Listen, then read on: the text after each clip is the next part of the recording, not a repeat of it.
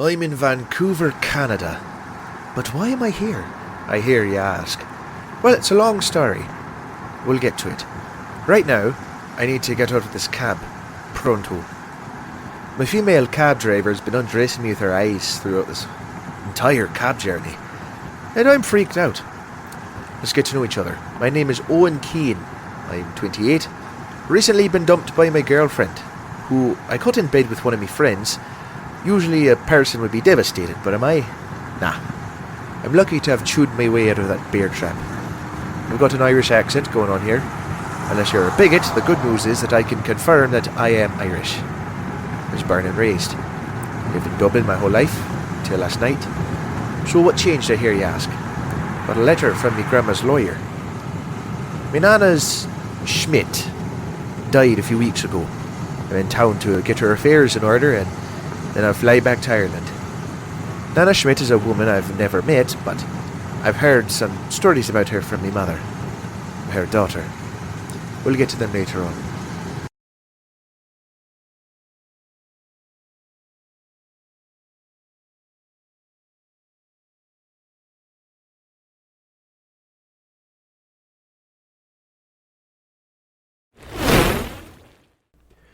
I walk to the front door of the depicted-looking house. The place is a mess. The house looks like it needs to be torn down, but millions of people are homeless right now, so I shouldn't complain. I push the door open. I enter. A woman is sitting down on the stairs, panting. She lifts her head to stare at me, and she looks in distress. I feel for her. I look at her belly. She looks about 5 to 6 months pregnant. I don't know where you're from, but in this town, people get shot for entering other people's homes without permission. Oh, don't worry about it. Fiona looks surprised by my accent. What's an Irishman doing in this quaint town? Well, that's for me to know and you to find out. I'm the housekeeper, so it's my job to know. And your name is? What's yours, jerk? What gives you the right to just barge in here? Oh, I own this house. Yeah, I don't think so. Well, I frickin' do. Excuse me? What's your name? Hang on. I see it on your waitress badge. Jessie. Cute name. It's Fiona. Jerk. I knew that. I was messing with your head. Yeah, well, you did a terrible job of that. Well, Fiona, did you know my grandmother? I'm the housekeeper. I was her carer for years, so have a guess, Einstein. Oh, so that's a yes. Wait, did you just say you were Elsie's grandson? Well, I imagine I did. Why? Did Elsie never mention me?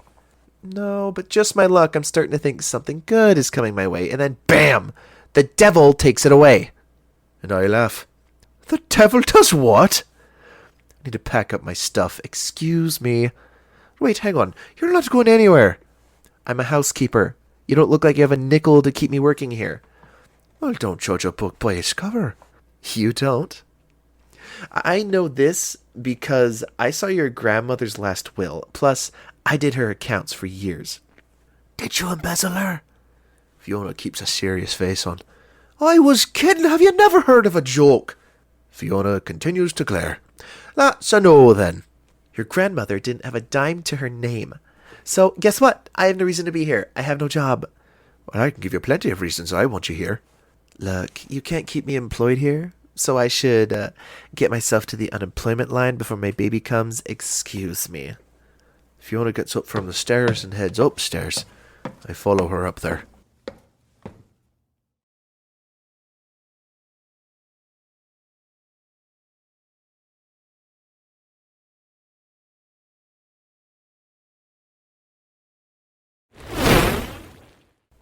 Fiona packs up her stuff as I watch her. You should get your husband to come here and help you. Who says I have one of those? Okay, then your boyfriend. Fiona scoffs. What? Why'd you scoff? No reason. So where will you go? Probably a motel until I find a place. Well, how will you find a place without a job? I'll get one. I'll get a job. You'll get a job while 6 months pregnant. Why do you feel like you want to laugh at me? Oh, I'm not that cruel of a person, Fiona. Yeah, I doubt that, but nice try. I laugh. I'm going to need to renovate this house. Great. Why are you telling me this? I don't care. I'm telling you this because I'd like you to help me. You want this fatso helping you? You're pregnant, so please don't call yourself that. How you pay me? You don't have a penny to your name. You're judging me based on wild assumptions, Fiona. I'd want 10 grand as a down payment for my services. 10 grand! I imagine you're here to renovate and sell this house. Well, that's partly correct. Okay, so once this house is sold, I'll be homeless, jobless, and with a baby. I won't have many options when it comes to finding work. I'll need all the help I can muster.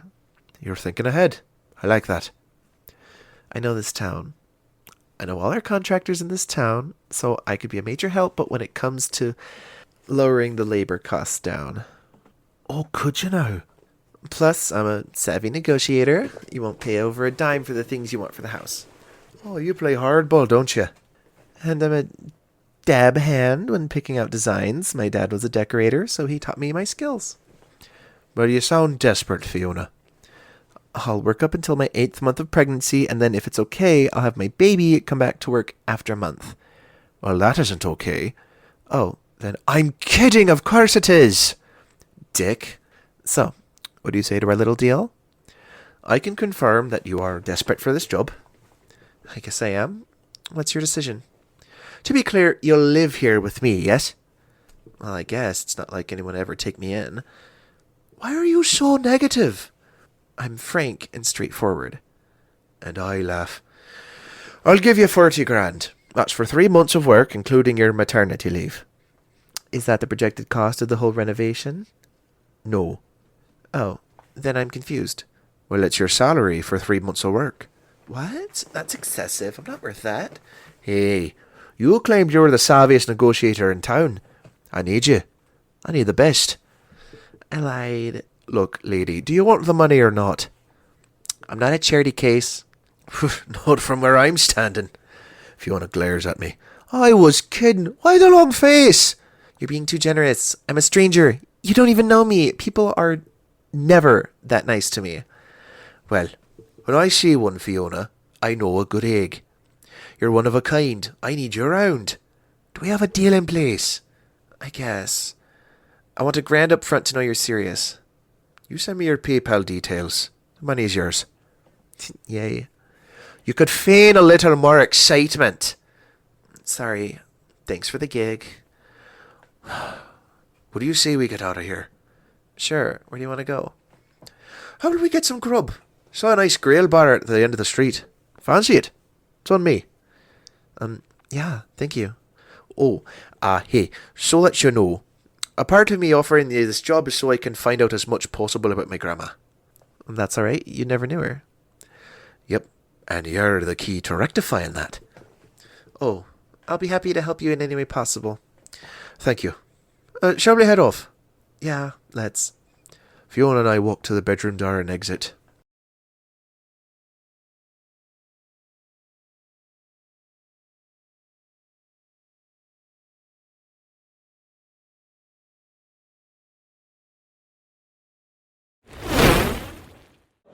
We're in the grill bar.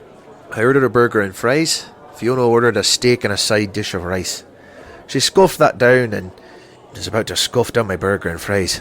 Fiona eats a bite of my burger, she eyes my fries, I slide them over to her. Happily puts them in her mouth. How long has it been since you ate a proper meal?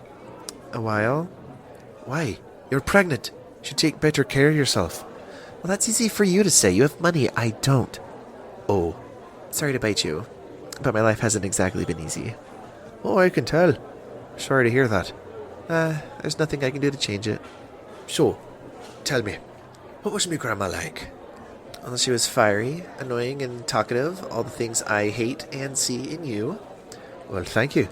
Did my Elsie Schmidt ever have any other children? Nope. Your mom was it. She left America to see her in Ireland 5 years ago. She came back broken and heartsick. What happened there?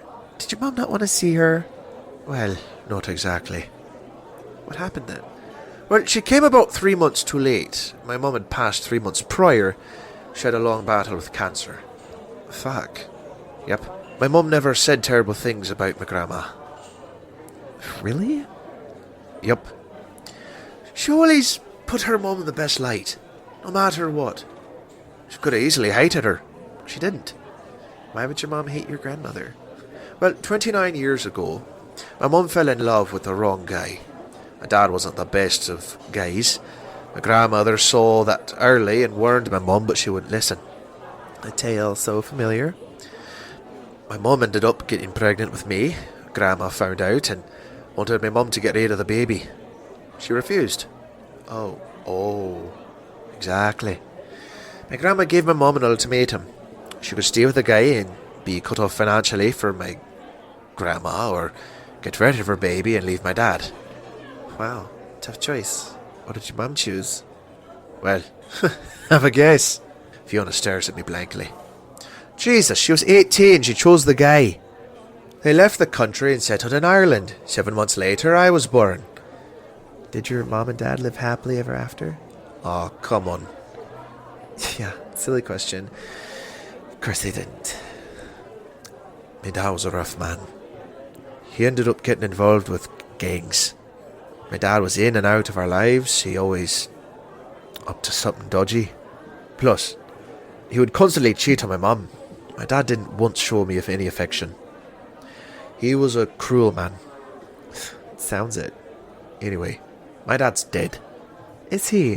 What happened to him? On my 10th birthday, my mum got a knock on the door by the police. The police had found my dad's body in the warehouse, been beaten to death. Unfortunately, the police never arrested the people who killed him.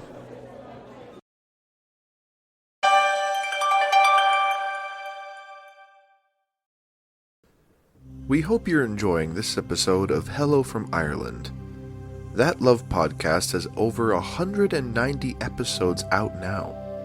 If you'd like to help us continue making great love stories for you, please consider joining our Patreon page for a low monthly fee of $1. We also have this episode's script if you'd like to read it whilst listening to it. The link is on the show page. Every penny of your money will go into helping us make even better content for you, the audience, to enjoy. Thank you for your kindness, and have a great day.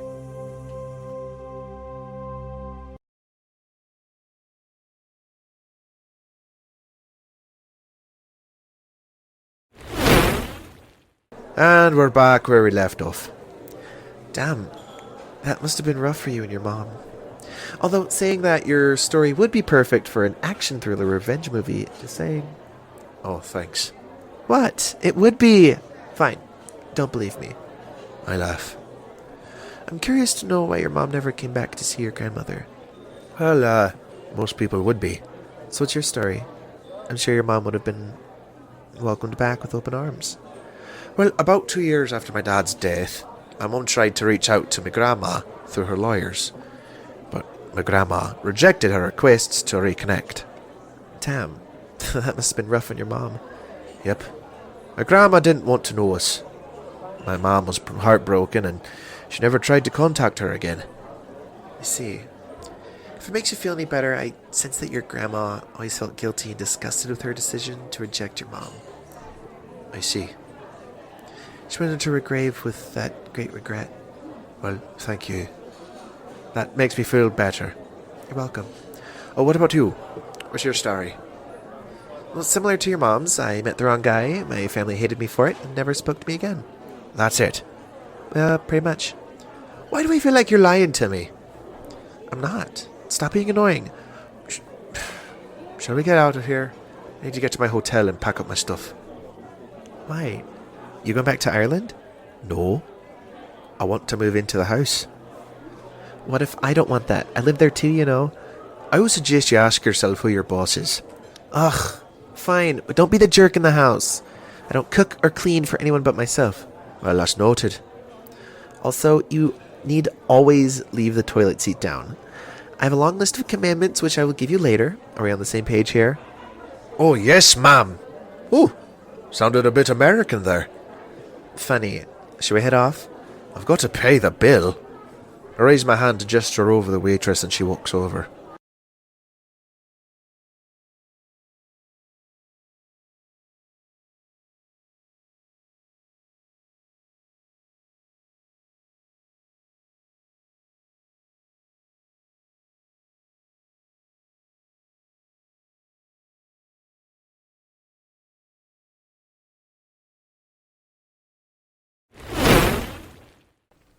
Fiona and I walked to the front door.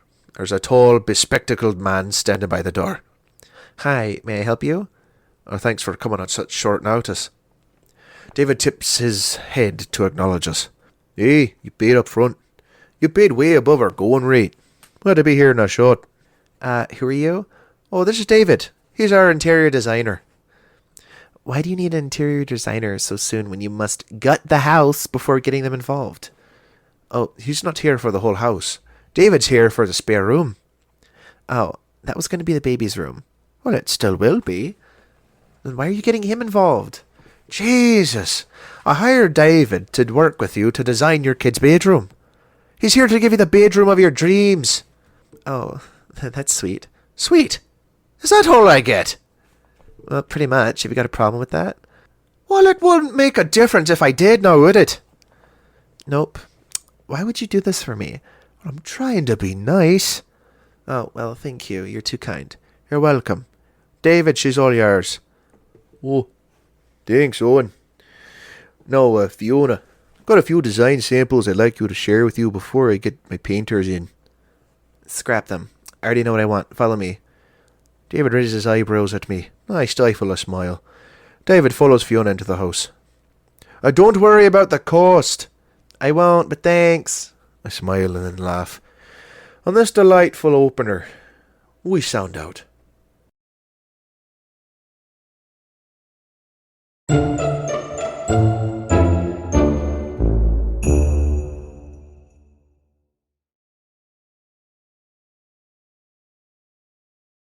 This was Hello from Ireland.